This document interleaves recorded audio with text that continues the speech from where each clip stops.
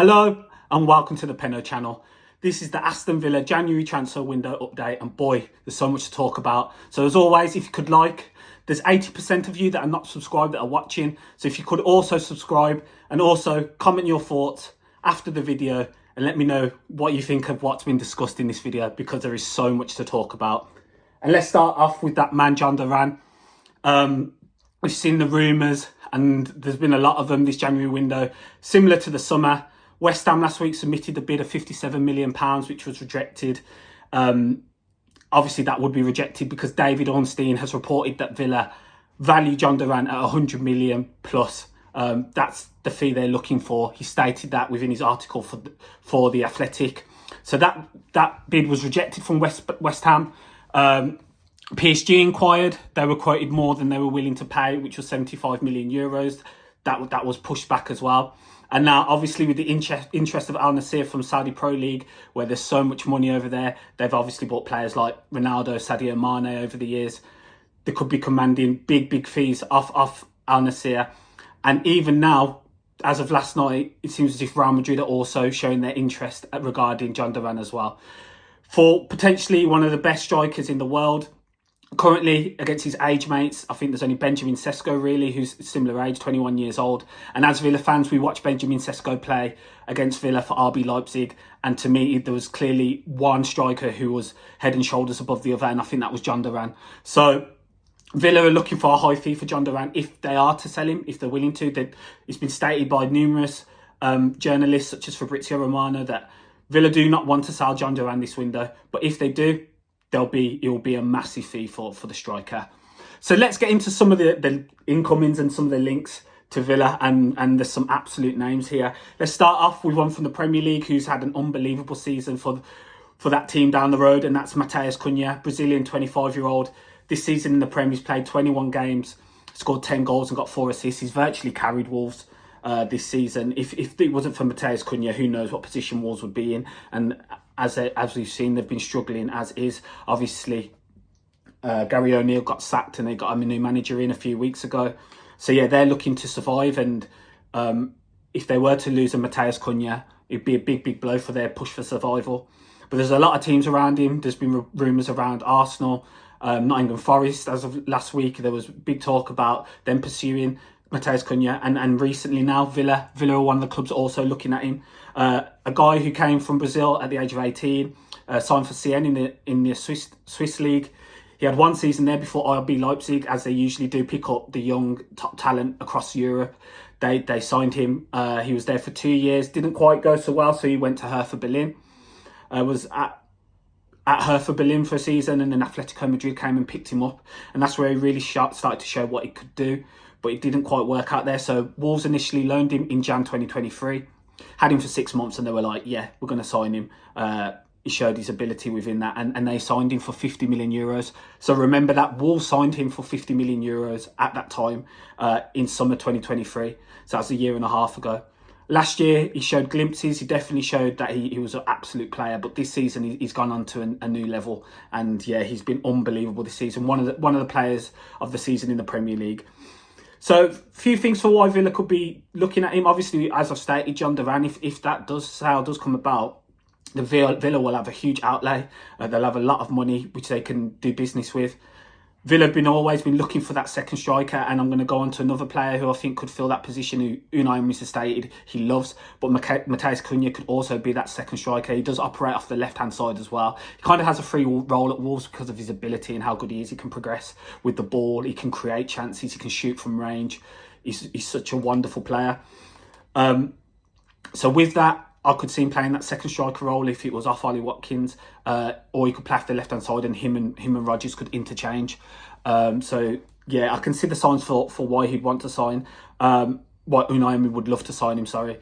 Also, he has 11 caps for Brazil. He's also good friends with the Brazilians that Villa have had over the years. I remember seeing numerous parties that they've had together, and the Wolves and Villa players, because they obviously have Andre and they have Joao Gomez as well as Brazilians. They always kept in contact with Villa, having so many Brazilians such as Douglas Luiz, Coutinho, Diego Carlos. He was also as part of the Summer Olympic side that won the gold medal for Brazil, which was in 2020. And Douglas Luiz was also in that side. Diego Carlos was in that side. So I'm sure they have a strong bond together. And if Matheus Cunha was looking to get some information about Aston Villa, if he was looking to make the move, then I'm sure he could speak to those guys, and especially Dougie. I think he'd give him a good understanding of what Villa's like and how we operate. So also local, he wouldn't be moving too far from where he is currently as well. So I can see, if Villa are actually interested, I can see there being some real development in this. Obviously, he's going to command a big fee because he's such a good player, and Wolves paid 50 million euros for him. But Wolves' financial situation, as always with Jeff Shee, it's always all over the place. They've had to sell some big star names over the years in recent seasons, so they may be looking to get rid of Cunha at a cut price deal, dependent on how restricted they are to PSR and how much they need the finances as well. So look out for that one with Matheus Cunha and seeing how that one develops. Obviously, there's not much time left till the end of the January window, so it could potentially be something for the summer, but there's big talk, and Villa are one of the clubs looking at him. Moving on from that, we'll go to the guy that we all spent the summer looking at and thinking he'll potentially come to Aston Villa, and the stories come back up. Obviously, it's Fabrizio as well who's brought it up. Close connects with Jorge Mendes, who's Joao Felix's agent. We've always had links to Jorge Mendes clients. The only client we've ever signed from Jorge Mendes, though, is Maria. If you remember, that goalkeeper who saved a penalty against Yeovil, he only made 2 appearances. So, yeah, that's the only actual player we signed from Jorge Mendes. But we've been linked to Joao Felix again. Joao Felix, I think we could all see that he was never going to get the game time that he would have wanted at Chelsea. Obviously, he was at Atletico, signed for them in 2019. Was there for 5 years, but 2 of those seasons, he went on loan to Chelsea. And then you remember the other season after that, he went on loan to Barcelona. Chelsea sold Conor Gallagher to Atletico Madrid in the summer, and I think kind of as part of that, they were like, well, we take Joao Felix off our hands. Villa were pushing, trying to convince Joao Felix to come. Unai Emery's a massive admirer. It's been reported on numerous occasions. He's a massive admirer of Joao Felix, and he sees him as a special player and one that he'd love to have at the club. So if Unai Emery's stating that and Villa have the opportunity to get Joao Felix, I'm sure they'll be in there, just because Unai's desire to manage the player, even though he's hardly played in the Premier League this season. He's had 3 starts, he's played 12 games, the other 9 coming on as sub. Most of his starts come in the Conference League and domestic cups, albeit what I've seen at Chelsea in the Conference League and in some of the cup games he has played, he's looked unbelievable. But obviously the opposition isn't to the same level as the Prem. So yeah, what happens with Joao Felix? He scored 1 goal this season. I think that was against Wolves as well. I think I remember that game away. Is he someone Villa would get in still? I mean, he's only still 25 years old, which is crazy. And he'd get the game time. He will definitely get the game time at Villa. Maresca also came out and said about Joao Felix and Christian Nkunku as well, that like they're great players, but they just do not have the space for him. With Cole Palmer being as good as he is, they just can't play him. Maresca literally said like they won't find game time here in the Premier League because Cole Palmer is that good. So I've seen Nkunku be linked to Manchester United and other clubs as well, and Joao Felix is another one that I can see going on maybe an initial loan, because Chelsea signed him on a permanent from Atletico this summer, so potentially a 6-month loan, and then he'll go somewhere else. And I just knew this was going to happen with Joao Felix at Chelsea. It was so obvious he wasn't going to get the game time. With them signing Jadon Sancho as well, they have Noni Madueke on the right side. Obviously, before the drug thing happened with Mudryk, they had Mikhailo Mudryk as well. So yeah, this was always going to be the case, and I think Chelsea will be looking to offload him, and Villa could be that side. And where would he play again? I think it's similar to Matheus Cunha. You give him that second striker role or play him off the left side with Morgan Rogers going into the 10 and they can interchange. But you try and Cunha and Joao Felix seem similar. I think Cunha's the difference Cunha is a bit more tenacity defensively. He has great defensive actions, which is really underrated with Matheus Cunha. He tracks back, he follows the shape. He really puts his heart into his performances when he's on the pitch, whereas Joao Felix, I don't think, has that as much, but they both have brilliant ability going forward. So yeah, let's see what happens with those two big names, and they definitely perked my interest when I saw Villa being linked to both of them.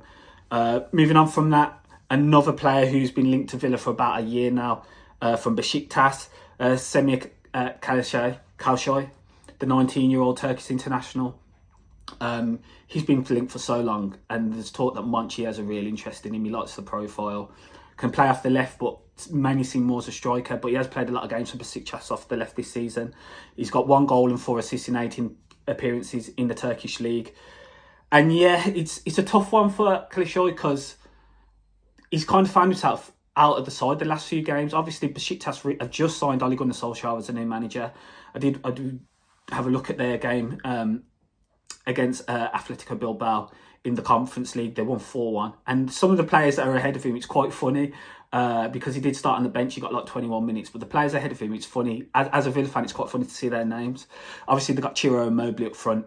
But on the left-hand side, they play Ernest Mucci. If you remember from Legia Warsaw, he gave Mati Kashatari time at Villa Park and at Warsaw last season. He was a player we were linked with. So he starts on the left. On the right, which is even funnier, is Milo Rashica. So we all remember Milo Rashica and when he was at Werder and the amount of times we were linked with him, how close we were to signing him, and it never happened. He kind of followed the lines of Jermaine Defoe and other players like that, where Villa were rumoured to sign him for so many transfer windows and it never happened. So yeah, those two play. Joao Mario's there as well, who was formerly at West Ham, who's doing well. I think Oxlade-Chamberlain's there as well, but he wasn't part of the squad, so if he was out. So look at that. There's a number of players who have experience and played at that level, at the highest level. And it's difficult potentially for a 19-year-old to break through into that. So he hasn't found himself getting the game time as such recently. And I can see that going forward, and they may be looking to cash in on him because I think he does have some talent. If you're an FM player, he has unbelievable talent on that game, and he goes on to be one of the stars of the game. But this is an FM. So if there's a cut price deal to get him, I think Monchi would really be looking at that one. As I said, he can play off the left as well. He can play off the right, but mainly I see him more as a striker. But yeah, he's found himself limited to game time more recently this season, and the goals, he's only got 1 goal so far this season and 4 assists, and that's in the Turkish league. So yeah, so many rumours going about. One that just came through before I came on is potentially Emi Buendia going out on loan to Bayer Leverkusen, which is mad. Max Terrier got injured, he's out for the season, so they're looking for an attacking number 10. And potentially Emi Buendia could be the player they go for. Emi Buendia is now 28 years old. There's been rumours of him going to River Plate so far this window. But imagine him at Bayer Leverkusen. That's a big deal for Emi Buendia. I think that would perk his interest at all. Bayer Leverkusen and Villa on identical points. They're right next to each other in the Champions League in terms of trying to get top 8. I think they're in a greater position because they are above us on goal difference. But yeah, Emi Buendia at Bayer Leverkusen, I could see that happening. I think Bayer Leverkusen are more in it looking at a loan with an option, where Villa would like a loan with an obligation. So we see how that one develops, and if Emi Buendia was to move on as well, that then perks my ears more and gets my interest more on, like, okay, that means an attacking 10's coming in. And with the names I've linked through this, they're the players and the identity I think Unai Emery would definitely be looking for, and the rest of the team.